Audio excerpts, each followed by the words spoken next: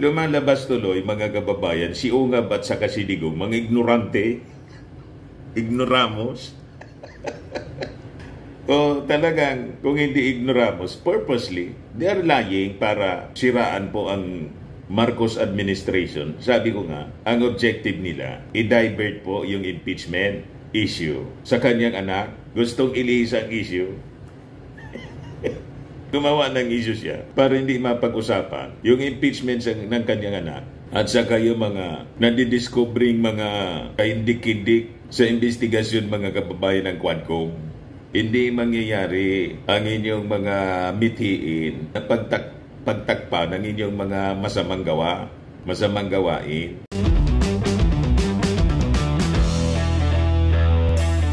Ito naman po yung bago naming product na binibenta online.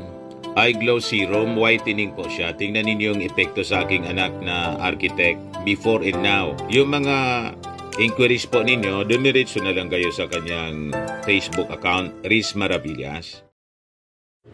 Pati mga kababayan, si Senate President Jesus Escudero at si Jingo Estrada, dumagdag na sa mga pumalag sa fake news ni Digong na may mga blank items daw sa 2025 budget. Si Jinggoy po, kaalyado niya.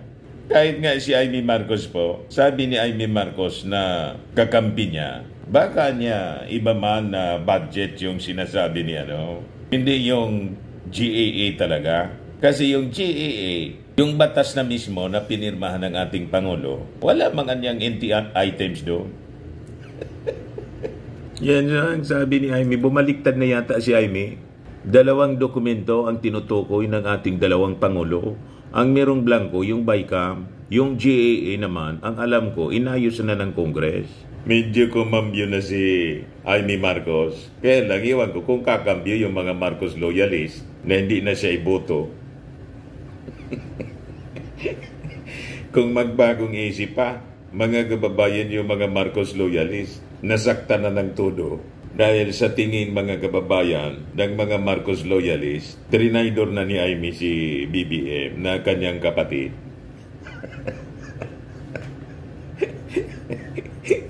So, sinisiksik niya yung kanyang sarili sa mga Duterte. Na yung mga mismong Duterte, sinusuka na si Amy.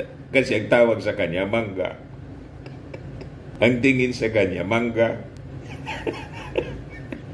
Yan ang problema po. Mga kababayan, ngayon, ibigay ko sa inyo itong mga latest na mga pahayag ng mga senador. Si Chis Escudero, mismo ng Senate President. Wala man niyang ganyan. Ayan o. Chis denies signing blank items in GAA report. Sabi sa report ng Daily Tribune. Ngayon lang, mga kababayan, pinablis kaninang umaga, early in the morning, 3:10. Pero kahapon pa to sinabi ni Chis Escudero. So yun po, sabi ni Chis Escudero, wala man na niya kung pinima na any blank entries. Yan o, he had not signed any blank entries in the approved bicameral conference committee report on the 2025 General Appropriations Act or the national budget. None niya, nang tanungin siya ng media. So sabi ni Escudero, I don't see my signature there, so I don't know what that is. Si Escudero na isang magaling na abogado, nagsabi that only laws can be declared unconstitutional and illegal. Magaling kasing abogado si Chis Escudero. Yung mga grades niya, hindi 75-75. Tulad ng grades ni Digong. Kaya itong si Digong, dapat itong i-disbar. Sabagay, may final ng disbarment po. Hindi makaintindi sa batas. may sarili siyang batas. Ang batas niya, yung kanyang kaisipan. Sarili niyang kaisipan, yung sarili lang. So sabi ni Chis Escudero, the BICAM report niya is not a law. The committee report is not a law. The law we're talking about is the enrolled copy of the bill signed by the President. That's what should be questioned. Kaya kung BICAM report, that is normal. Kung halimbawa may mga blank items na nakita sila, tulad ng claim ni Ungab, Si Ungab yung nagsabi, nag-feed kay Digong, sinakmal man agad yung balita. Kasi purposely, gusto nilang galitin yung mga tao, gamitin yung issue na fake, baseless story, mga kababayan, para gatungan yung military. Ilok-lok si Inday. Lahat dito, mga kababayan, yun ang agenda, ang ultimate agenda. Sabi ni Escudero, yan ang anyang substitute subcommittee report can still be amended as it is not yet final. The General Appropriations Act, which is the product of any committee or conference committee report, is what is being questioned. That law is complete. There are no blank entries, no omissions in the amounts add up. Please understand the budget has around 200,000 lines with titles, project names, and amounts written down. Tama yung paliwanag natin as stated ng mismong Department of Budget and Management na sila yung gumawa, then sinadmit po sa Congress. Sabi ni Escudero, documents niya with blank entries cannot be considered an enrolled bill. It is not enrolled. The enrolled bill is one signed by the President in Malacanang. Kaya pinagtawanan lang ng ating Pangulong Bongbong Marcos. Sabi ni PBBM, dapat niya, mas alam niya kasi naging presidente siya. Mahilig po sa fake news. Kaya sabi ng ating Pangulo, sinungalingan niya siya. He is lying. Sabi po ni Escudero, he had never heard of a committee report being declared illegal and unconstitutional. It's not right to accuse Congress of having issued a blank check. That is wrong. That is a lie. And it's not true that there were blanks in the GAA. Lumalabas tuloy, mga kababayan, si Ungab at saka si Digong, mga ignorante, ignoramos.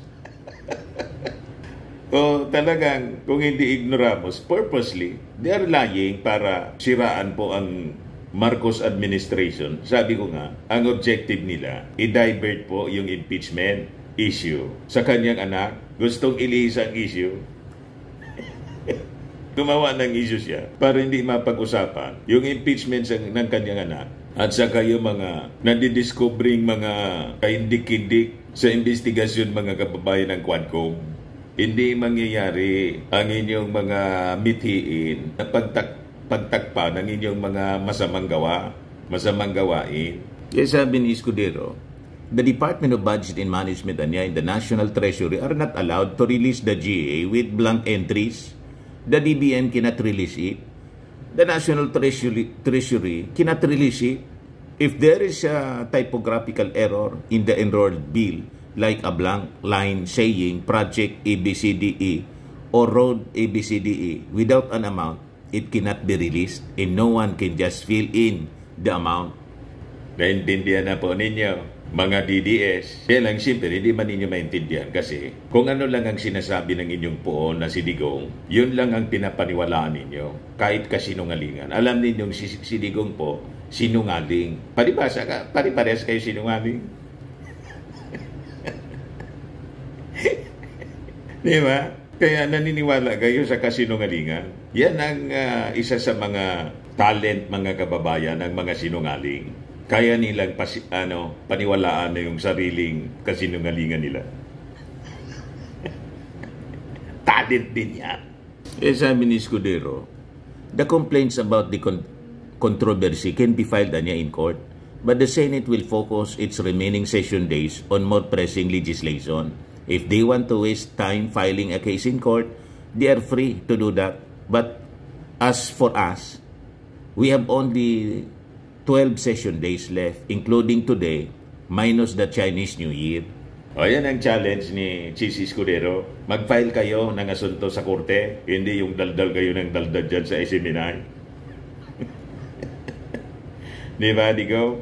Ayan o, yung interview ni kay Escudero ng mainstream media. Hindi siya enrolled. Ang enrolled bill ay yung pinirmahan ng Pangulo sa Malacanang.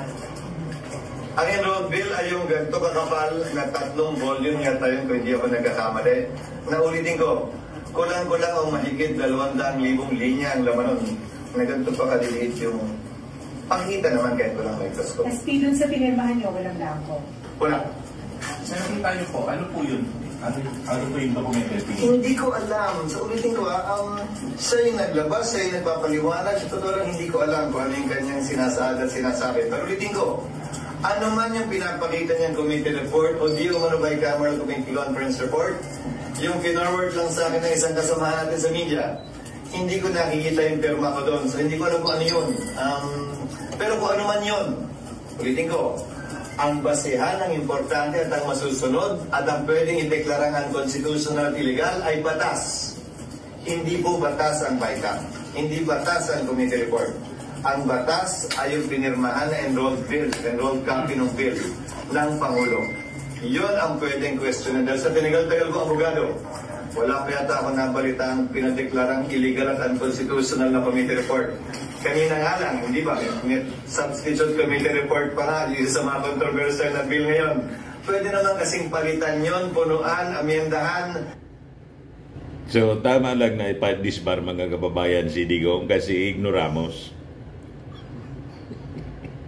Saka sinungaling.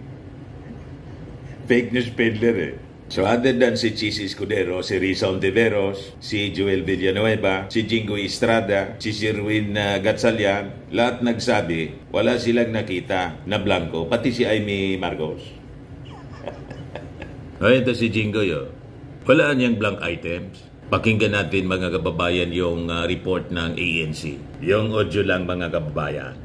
By ex-President Duterte that the amounts for some items in the government's 2025 budget were deliberately left blank.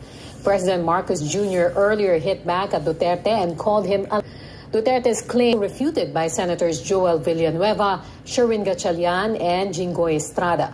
They insist the alleged anomaly is impossible to exist in the budget. Sa pagkaalam ko, hindi pwedeng peperma ang chairman. Si Sherwin lang. Kasi ako nag-chairman committee. Kapag sinasabit sa akin ng mga committee report, binabasa ko talaga yan until the very annex para alam ko kompleto lahat. So, naniniwala ako na ang chairman hindi peperma ng lang. Philippine. Ano ka ngayon, Digong? Di ba na-confirm yung pagiging ignoramos mo? Ignoramos, fake news peddler. Basag na basag. Mga kababayan si Digong, pati yung kanyang mga minions, kung ano-ano na lang po ang dinadayla. Pati si Panilo mga kababayan, taranta kung paano hihilutin yung mga balita na pinakalat ng kanyang puo na si Digong.